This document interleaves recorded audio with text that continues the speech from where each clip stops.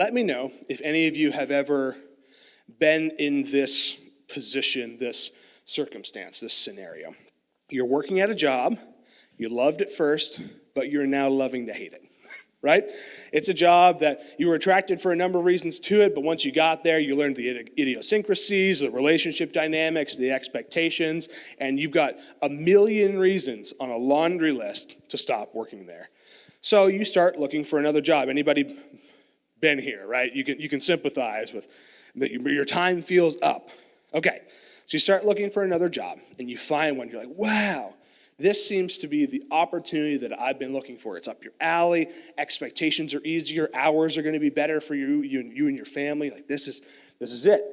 So you put in your 2 weeks notice at your other job, or maybe you don't because you hate that place and you never intend on going back, and so you leave them high and dry. Like, why go out on a high note if you never expect to see those people again? I don't advise it, but you've probably been there, or at least been tempted to be there. And then you start this new job that has all the promise in the world, but you realize people are people wherever you go. You realize that every job has hard things about it. The pay is better.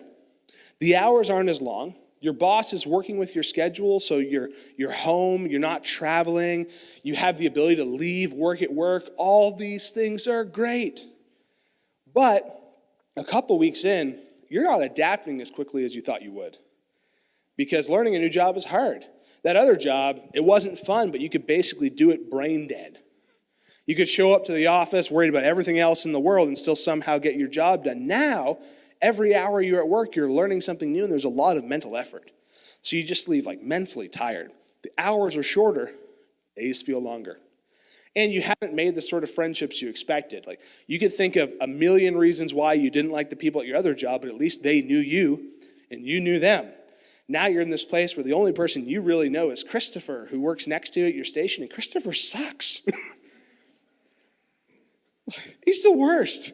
So you go home emotionally drained because of this person that you don't even like at all. Man. Now you like your boss. Your boss lady is better than you expected, way better than the sleazebag you used to work for. She cares about you. She's worked with you on your hours so you could attend your kids' activities, and she's made sure that you're paid what you're worth rather than the crappy wages for high expectations before.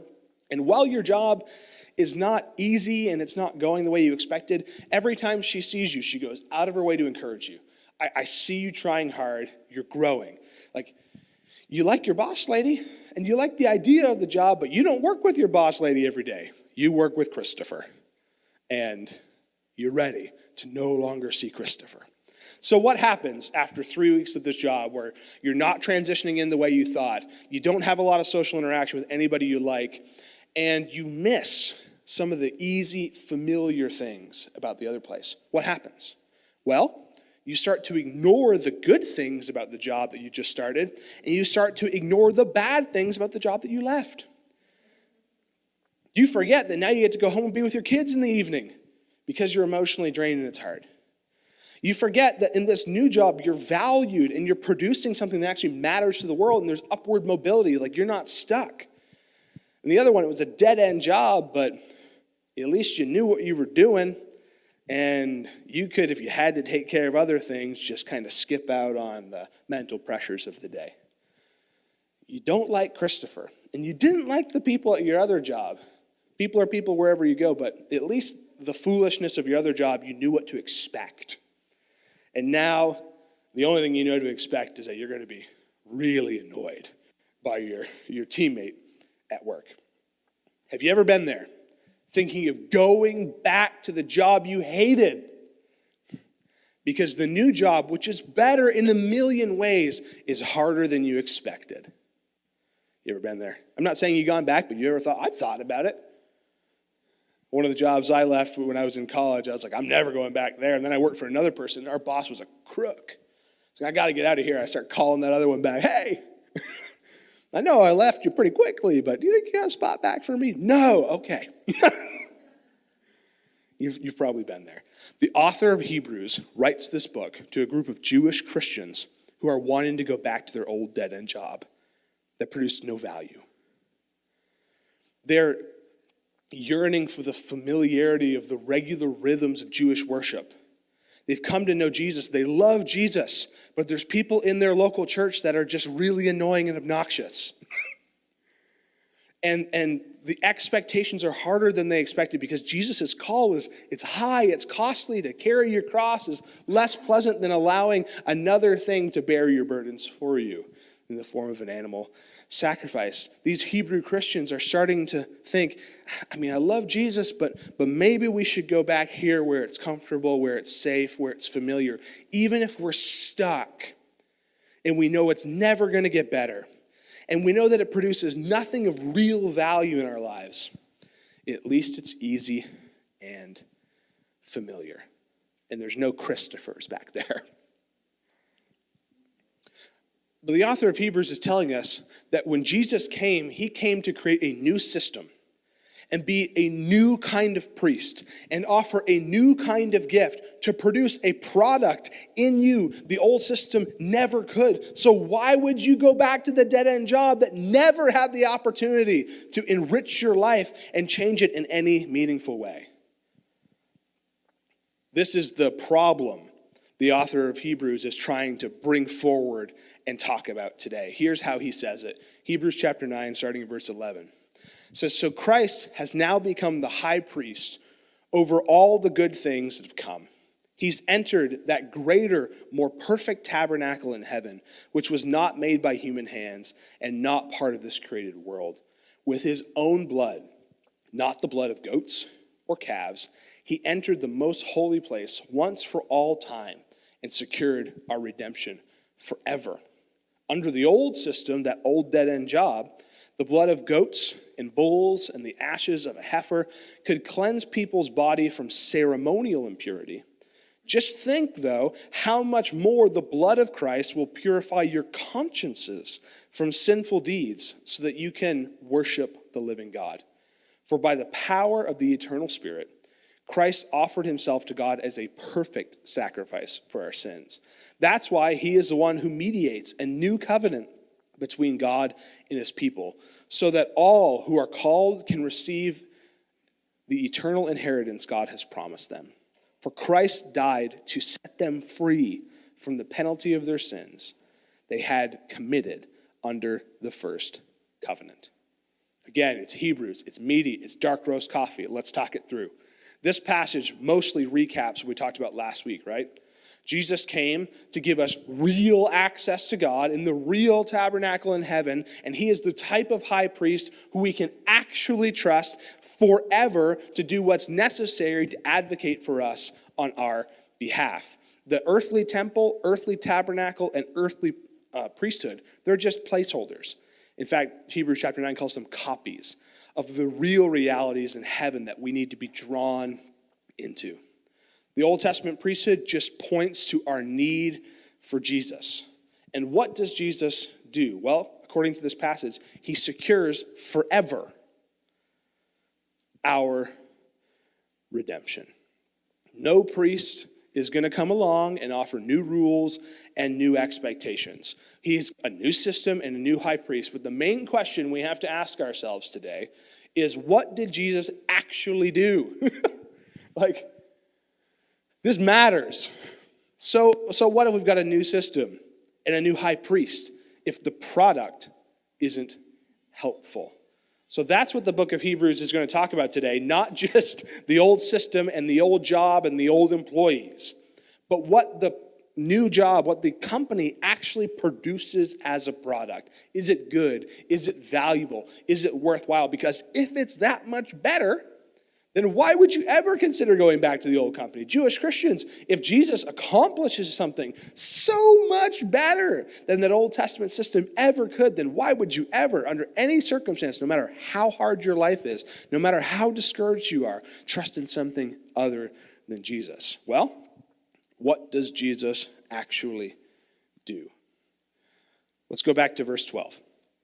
With his own blood, not the blood of goats and calves, he entered the most holy place once for all time and secured our, what?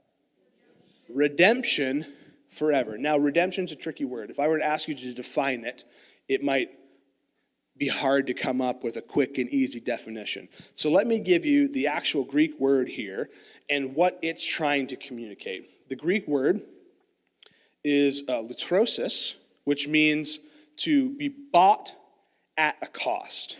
So Jesus' blood, according to this kind of Greek terminology and understanding, is a currency that is spent on your behalf to buy you out of a situation that no other form of payment could.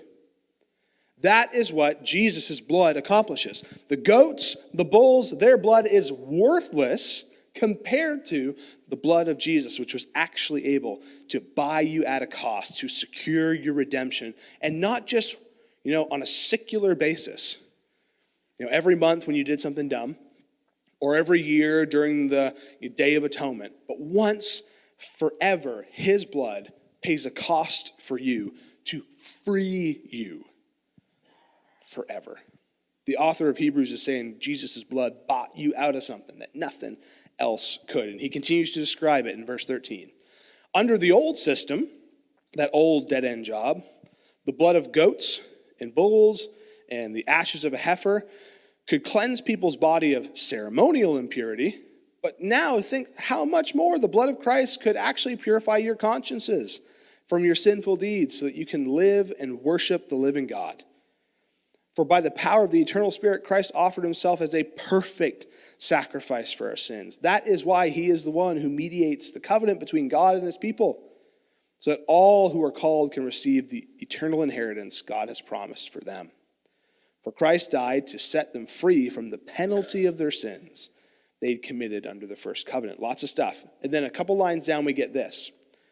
For without the shedding of blood, there is no forgiveness. And then a couple lines more. The real things in heaven had to be purified with far better sacrifices than the blood of animals. So what's our author saying here? What's going on? This seems like a complicated passage, and you're right to think it tastes like dark roast coffee and you're interested in spitting it out. But honestly, it's fairly simple. He's saying this. The Old Testament system isn't actually useless. We might be tempted to think the Old Testament law, useless, garbage, throw it out, pitch the baby with the bathwater, right? It's like, no, that's not what's going on. The Old Testament system served a purpose, and it accomplished what it was made to accomplish. What is that according to this passage? It was able to deal with ceremonial impurity. You would regularly offer sacrifices to deal with ways that you had inadvertently messed up your relationship with God. Think back to this passage. We're dealing with ignorance according to the scriptures. I want to actually take you back to the passage in the book of Numbers where God talks about the purpose of Old Testament sacrifices for everyday people like you and me. Are you ready? Numbers chapter 15 says this. If one individual commits an unintentional sin, key, unintentional, not on purpose, an unintentional sin, the guilty person must bring a 1-year-old female goat for a sin offering. The priest will sacrifice it to purify the guilty person before the Lord, and that person will be forgiven. Great! According to Numbers chapter 15, the system works. Well, wait. What does it work at doing, according to that passage? To cleanse us from unintentional sins. Well, that's something.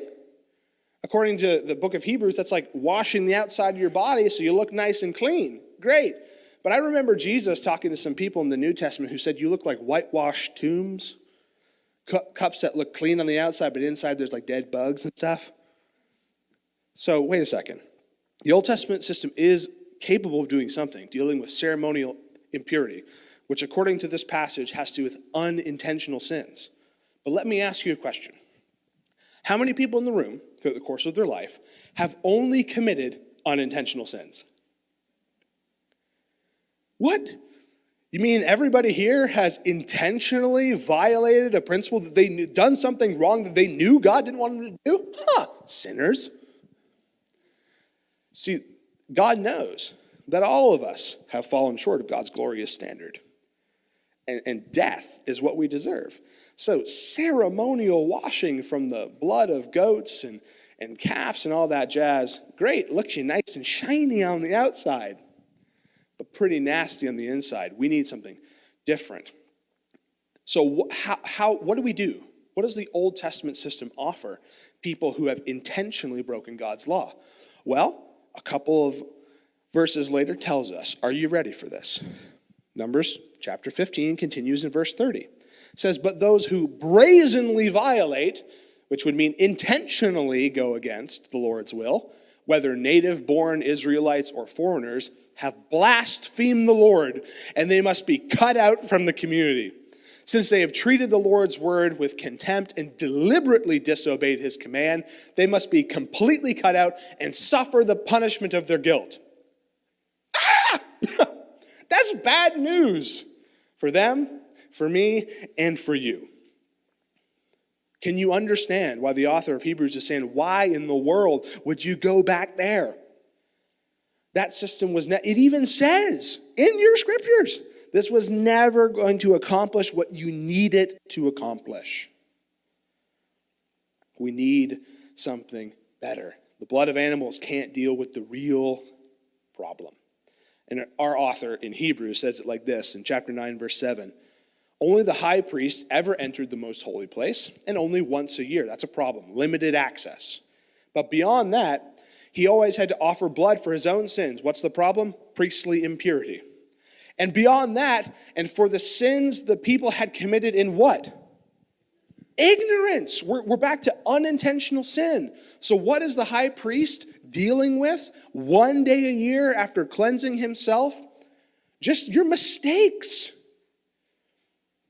Not the real ways that you've offended God, the junk inside of you that drives a wedge between a holy God in heaven and your sinfulness. So the situation's bleak under the Old Testament. You don't want that.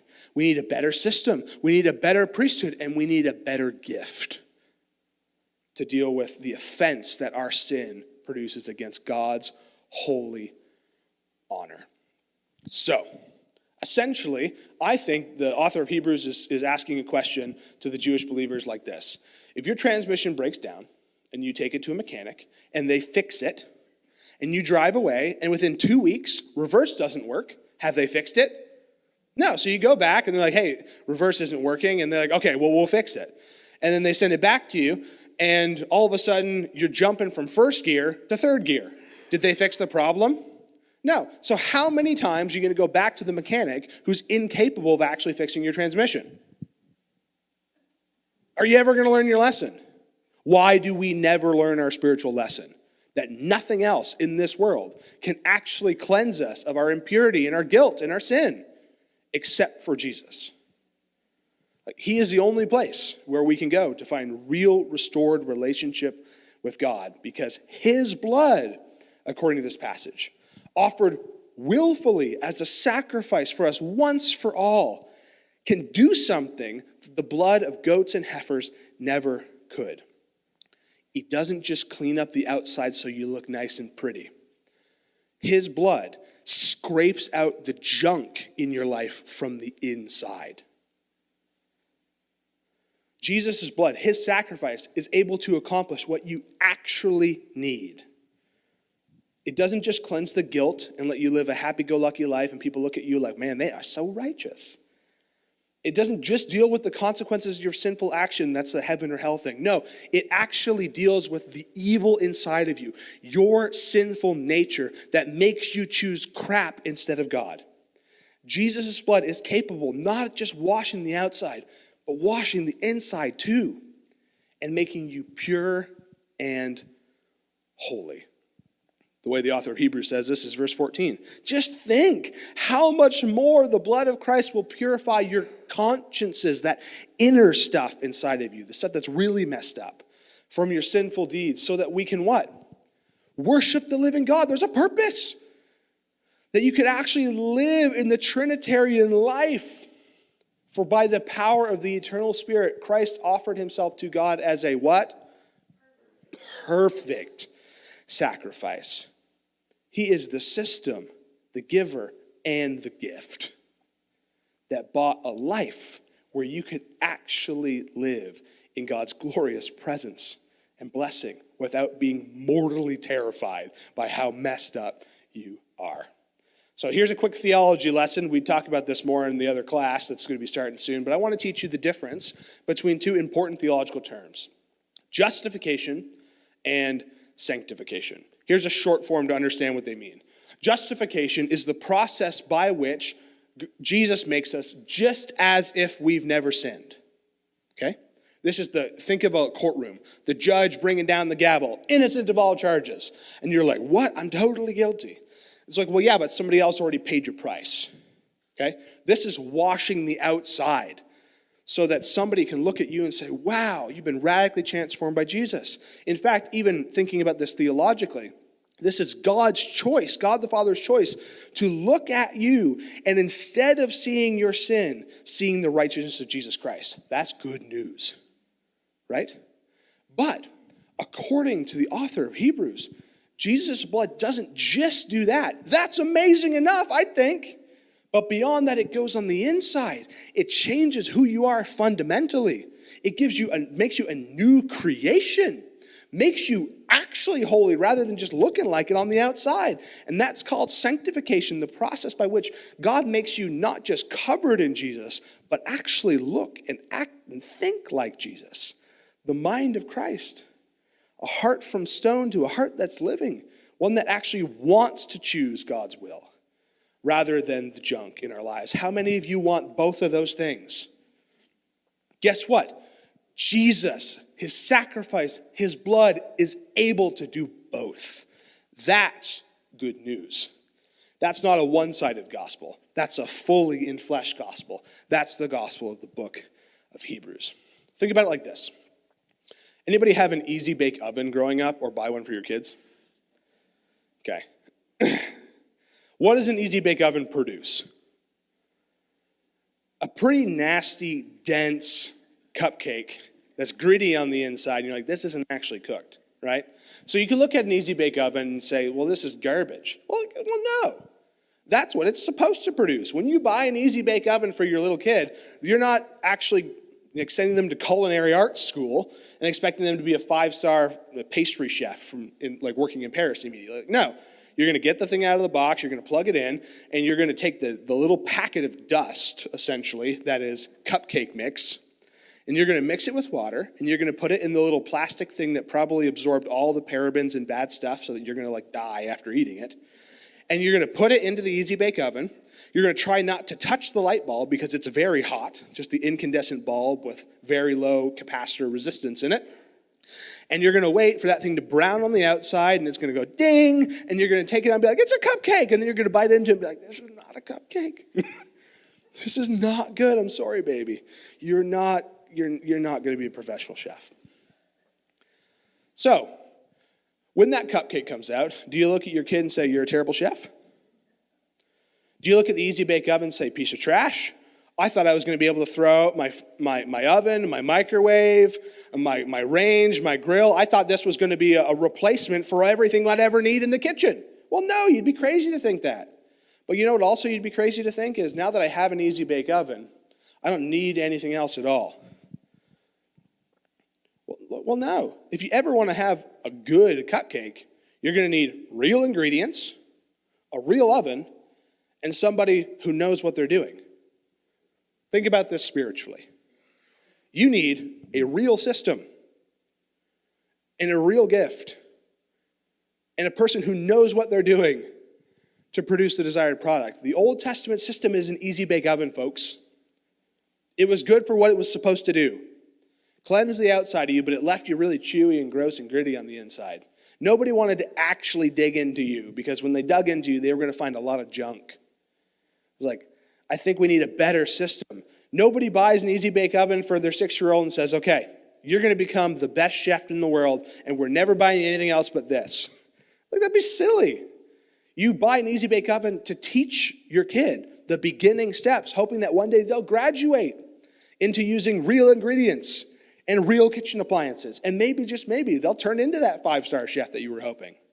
It's a placeholder. That's what the book of Hebrews says the Old Testament law is. It's an easy bake oven. It's a placeholder. So why on earth would you settle for nasty, gummy cupcakes any longer? Here's how he says it, chapter 10. The old system under the law of Moses was only a shadow, a dim preview of good things to come, not the good things themselves. It's a crappy cupcake rather than the hot and fresh one. The sacrifices under the system were repeated again and again, year after year, because the bulb always burns out in an easy bake oven. They were never able to produce a perfect cleansing for those who came to worship. If they could have provided perfect cleansing, the sacrifices would have stopped. The worshipers would have been purified once for all, and their guilt and the feelings of guilt would have disappeared. You'd need why get an oven, a real oven? But instead, those sacrifices were a teaching tool to remind them of their sins year after year. For it's not possible for the blood of goats and bulls to take away sins. You will never get the desired yummy taste from an easy bake oven. It's not possible. That is why when Christ came into the world, he said to God, "You don't want animal sacrifices or sin offerings, but you gave me a body to offer. You weren't pleased with their burnt offerings or other offerings of sin. Then I said, look, I have come to do your will, O God, as it is written about me in the scriptures." First, Christ said, you don't want animal sacrifices, sin offerings, burnt offerings, offerings for sin. They weren't pleasing, though they were required. Those were the instructions in the law of Moses. Then he said, look, I've come to do your will. He cancels the first covenant in order to put in second into effect. He has come to tell you to hang up the easy bake oven. Unplug it from the wall. Learn how to use a real gas range to cook your food. For God's will was for us to be made actually holy by the sacrifice of the body of Jesus Christ once for all time. Under the old covenant, the priest stands and ministers day after day, offering the same sacrifices again and again, and they can never take away sins. But our high priest offered himself to God as a single sacrifice for sins, good for all time. And then he sat down in the place of honor at God's right hand. What does it mean when you complete a task and you sit down? You're done. If there was something else to be done, you'd still be thinking about it. Like, no, he's resting in God's presence. What does that mean for you? There is nothing else you have to add to Christ's sacrifice in your life for him to save you, redeem you, change you, and make you look like Jesus. You don't bring any more effort to the table. He's done it all. The work is finished. He sat down. It can't be added to or supplemented. And there he waits and rests until his enemies are humbled and made a footstool under his feet. For by that one offering, he forever made perfect those who are being made holy. His sacrifice in the past completed an action in you that you're still in the process of receiving in fullness. But it is able to complete the good work that he began in you in Christ Jesus. In Jesus, we got a better system, a better priest, and a better gift that produces a better product. The product you and I actually need. God's own power dealing with the sin that's inside of us, our sinful nature, our junk. The Bible calls, theology calls this original sin, the being of sin inside of us. Not just the consequences of sin, but the stuff inside that's still dragging us away from him. Jesus is capable of dealing with that too. All we are asked to do is trust his sacrifice. Trust his system. Trust his advocacy for us in God's ear in heaven for all time.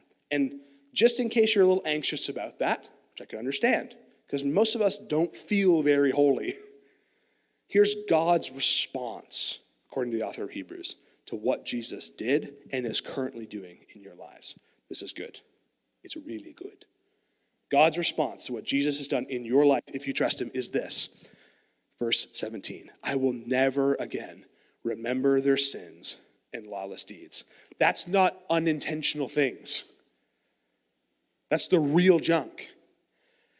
And when sins have been forgiven, there is no need to offer any more sacrifices. In other words, Jesus Christ is the perfect sacrifice, the perfect high priest, and your only way to enter the rest that God has prepared for you. So why would you ever think about looking anywhere else? The grass is not greener, folks. Don't forget the sins of your past and the ways that God has totally changed your life just because you don't feel like it in the moment. God is at work, not just washing the outside, but washing the inside. And he is willing and able to actually produce in you holiness that allows you to walk boldly into the throne room of God and enter his rest.